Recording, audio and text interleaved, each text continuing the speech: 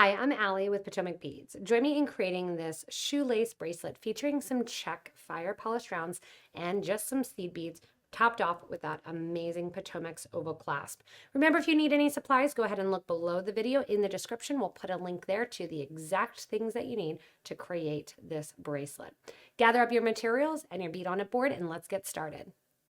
So for this design, we are going to be doing a crisscross pattern on the top, but we need to build a base for the bottom. The base that we're going to build is going to consist of 4mm Czech fire polish rounds and then also some 8/0 seed beads. So what we are going to do is we are going to go in here and create our base, which is going to look like this, and then we're going to embellish on top. So if you've seen recently the Jacob's bracelet, the Jacob bracelet is based on this design as well. So doing the bottom, thought, oh, this is a really cool design. What we're going to do is we're going to start with our first row. It's going to consist of one 4mm bead. I have a stop bead on a size 10 needle, and I'm working with the gray dragon thread. You are going to very likely need to add thread because you're using about 10 feet of thread for this project. So I'm using a smaller piece and then I will add on and show you how to do so. So I'm starting my design with 1, 4, 6 of my 8/0 seed beads and another 4mm bead. From here, we're going to do a little bit of a square stitch, kind of a right angle weave square stitch. We're going to add another 8/0 and another Czech fire polish round. We want these to sit right next to one another. So I'm going to go back in to the second 4mm round, going away from the seed beads and toward that single seed bead and 4 that I added. And see how that stacks kind of right on top. From here, go down through the 8/0 and then so over and back through the 4mm. What this is going to do then is give you that opportunity to go to the other side. So we're going to once again add 6 of our seed beads. Then we're going to add 1 of our 4mm beads. And now we're going to square stitch this onto the previous bead. So we're kind of ignoring that stop bead. We use it in a different color. I'm adding 1 more of my beads of my 8/0s, and I'm sewing back through that first Czech fire polished round. Next to the stop bead, going towards the seed bead. Adding those 2 together, then what we're going to do is sew through that fire polished round that we just came out of, circling around as a circle, and that is the base of our bracelet. Ready? We're going to do it again here. Let me grab out some more fire polished rounds. And the 8/0 seed bead goes on, the 4mm bead goes on. I'm coming out of one side of that 4mm bead that I just came out of, and I'm going to sew back into the opposite side. That's going to lay that 4mm right on top of the last one with the 8/0 hanging out on the side, as you see. And then I'm going to sew back through that 8/0, coming out through that 11. It's a really simple pattern. Add your 6 beads. Add your 4. Add your 8. Go back through the previous row 4 towards the seed beads, circling around and connecting it, back through your 4mm, and you proceed on. You can see that makes it nice and tight next to one another. You'll see a little bit of thread here, but don't worry, because by the time we embellish on top of it with our 11/0 seed beads, you will not see any additional thread. So you're going to keep going, building on that base row, adding those seed beads on and creating that width. Now you can change up the width if you don't want it to be as wide of a bracelet, or you can even increase the width if you would like. So go ahead and make this the length of your wrist, and then keep in mind we're using that Potomac's oval clasp, and the oval infinite clasp is going to add about a 1/2 of an inch to the project. So go ahead and make your design, leaving about 1/2 inch, and then we will get ready to start our crisscrossing pattern. Once you're done with your ladder/square stitch base, you are going to start embellishing along the top. Now I have my clasp here. You can go in and add your clasp at this section if you want, but I'm going to wait. I'm going to add my shoestrings across my shoes here, and I'm going to think of my 4mm beads kind of as the holes of my shoes. I'm coming out the last 4mm bead, and instead of starting from here, we need to get, so we're coming out towards the interior of one of those 4mm beads. We're going to go down into the last row, through that 8, through that 4, over to the opposite side, and we are going to come out through our last 4 millimeter on this left-hand side. So I'm going in here, and I have 2 colors of blue, 2 in the blue tone. So I'm going monochromatic, but I am going with shiny versus kind of more of a matte. And what we're going to do is we are going to, now that we're in position, string our shoelaces down 2 rows. So we're going to make this kind of dramatic, or sorry, down 3 rows. We're going to make this kind of dramatic, and we are going to sew into that bead that's right there. See that 4th one down? So we're coming out of bead 1 on the left. We're going to sew in to bead number 4 on the right. I'm going to start by adding my seed beads. You can add, if you want a little bit more bling, you can add in some of your crystals, 2 millimeter, keep it kind of small. And what we're going to do is you are going to add your seed beads so that they lay right on top of that section here. So I have on here my 5, 10, 12 beads that I'm working with. From here, getting it to lay down next to the piece, what we are going to do is sew into that 4th bead. And we are going to go in here. We're going to sew into, again, 1, 2, 3, 4 down after this. You don't have to count anymore. And we're going to sew through that 4th bead from the interior towards the seed beads out toward the exterior. And see how that just drapes that right along the top. Now we're going to go through the 8 millimeter that's on the side, or the 8/0 rather, and we're going to sew out through that next 4 millimeter bead down towards the center. Now here we're going to switch it up. So we're going to do the same thing where we grab 12 beads, but we're going to grab these 12 beads in conjunction or in the opposite color. From here, we're going to sew back up to the row below the one that we started. So we're going up to row number 2, and we're going to sew through that fire polished Czech glass Aztec gold bead, and that's going to drape that shoelace right along the top. From here, we're going to work our way down, go through the next 8, and this will just continue to go down in this pattern. Every other color is going to be every other shoelace. You can get really, really creative with this if you want to. And if you want it to be a little bit tighter and these not to move around, you can use less seed beads. But here I am then ready to go in. I got 3, 4, 5, 6, 7. Get to count a lot. 8, 9, 10, 11, 12. Once those 12 are on, you're going to go across the bracelet to the next open 4 millimeter down. I'm going to sew in to that open 4. That brings those beads right across the top. So down through the 8 along the side. So over through the 4 towards the center that's next, and switch my color to the darker blue. So I'm going to go down the whole bracelet doing this kind of wave section of my beads along the top. So as I said earlier, this one uses a lot of thread. So what we're going to do is we are going to go in and tie new thread onto the project. Now this project is a great one because we don't really need to do this with a lot of finesse. We're just going to tie it right next to that 4 millimeter Czech glass bead towards the center of the project. And here is the previous one still there. So I'm going to take a new piece of thread, another 5 feet, and tie it onto the previous piece. So literally just tying a new piece knotted around the old piece. From here, I'm going to pull that down as close as I can to that older piece of thread. So the knot basically is right there next to that 4 millimeter. From here, I'm going to go in, take this other one that got knotted here.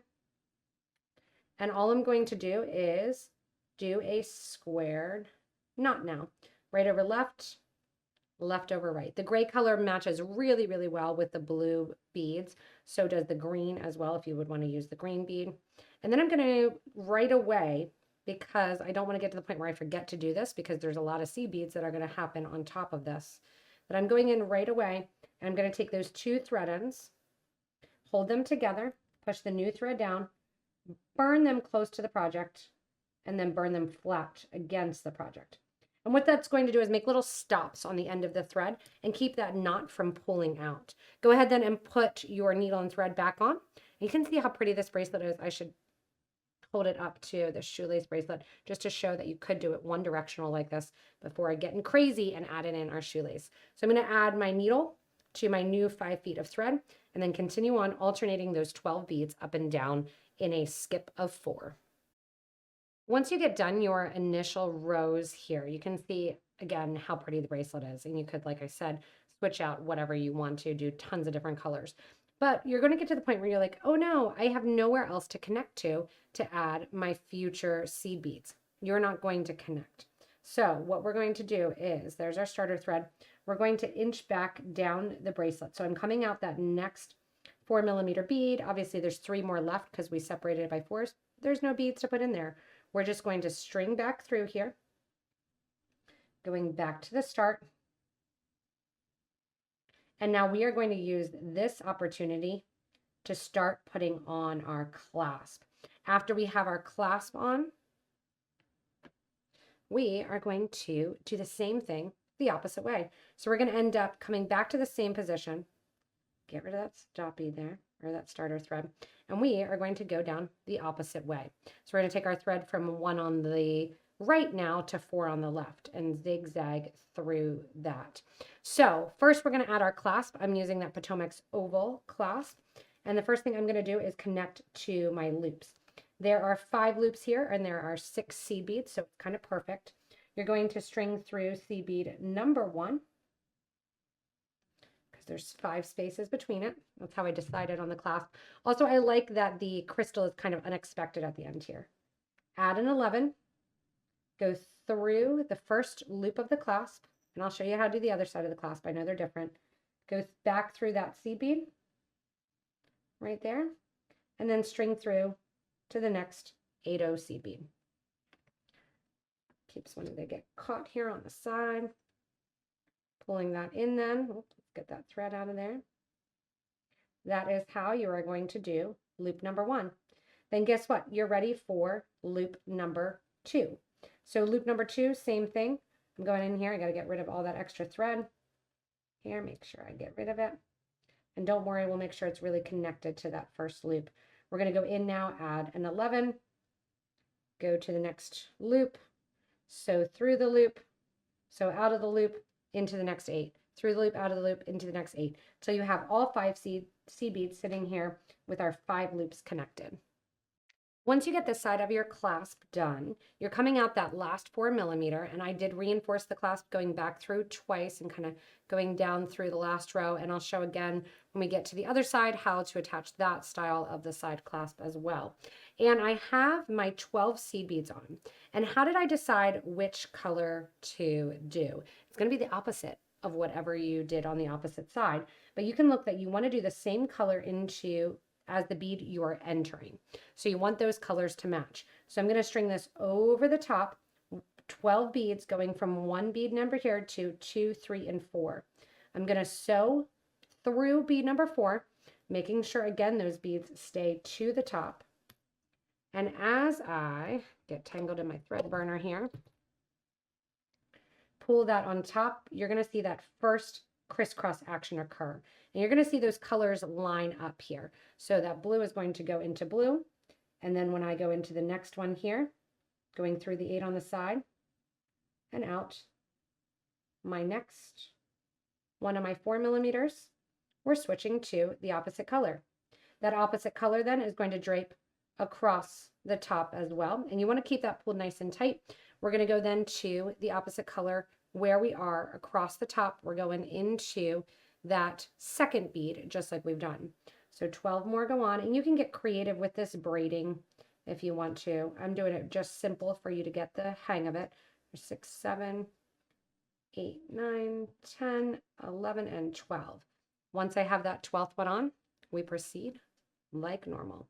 So you're going to have these threads that look like they're going above and below as we kind of do those different colors going in here. So here I am, there's nothing coming out there. I'm going to switch it, going into bead number 2. Coming out of bead number 2 then, I'm going to, make sure again those stay to the top. You just kind of want to keep an eye on them. You're going to go under or through your side bead, out bead number 3 on the right. And you're just going to remember I'm grabbing the opposite color, because when we go into the opposite one here and they're going to start to get that braided look, we're going into the opposite one of that lighter color. So 12 more go on, and we just continue on 5, 7, 8, 9, 10, 11, 12. Come down to the next open bead where there's only one strand coming into it, because you're going to end up with 2 strands into each. And you just make sure when it lays across the top that you don't have any gaps anywhere, as you get that crisscrossing effect of our shoelaces going over top of one another. Once you get to the opposite end and you have this lovely crossover effect going, and if you want it to look more crossed over, when you're doing the over-unders, you'll do 2 lines over, and then your next 2 seed beads, you'll stick down your next blue and dark blue line underneath all the ones that are over there. Then 2 lines above, and then 2 where you're sneaking them underneath. But I love the over top pattern. You can see just at that corners and those creases that restart of that color. So here at the other end, we are going to put on the other side of our clasp. And the Potomac's oval clasp has 2 different styles of edges, so that way you can make sure to put your clasp on.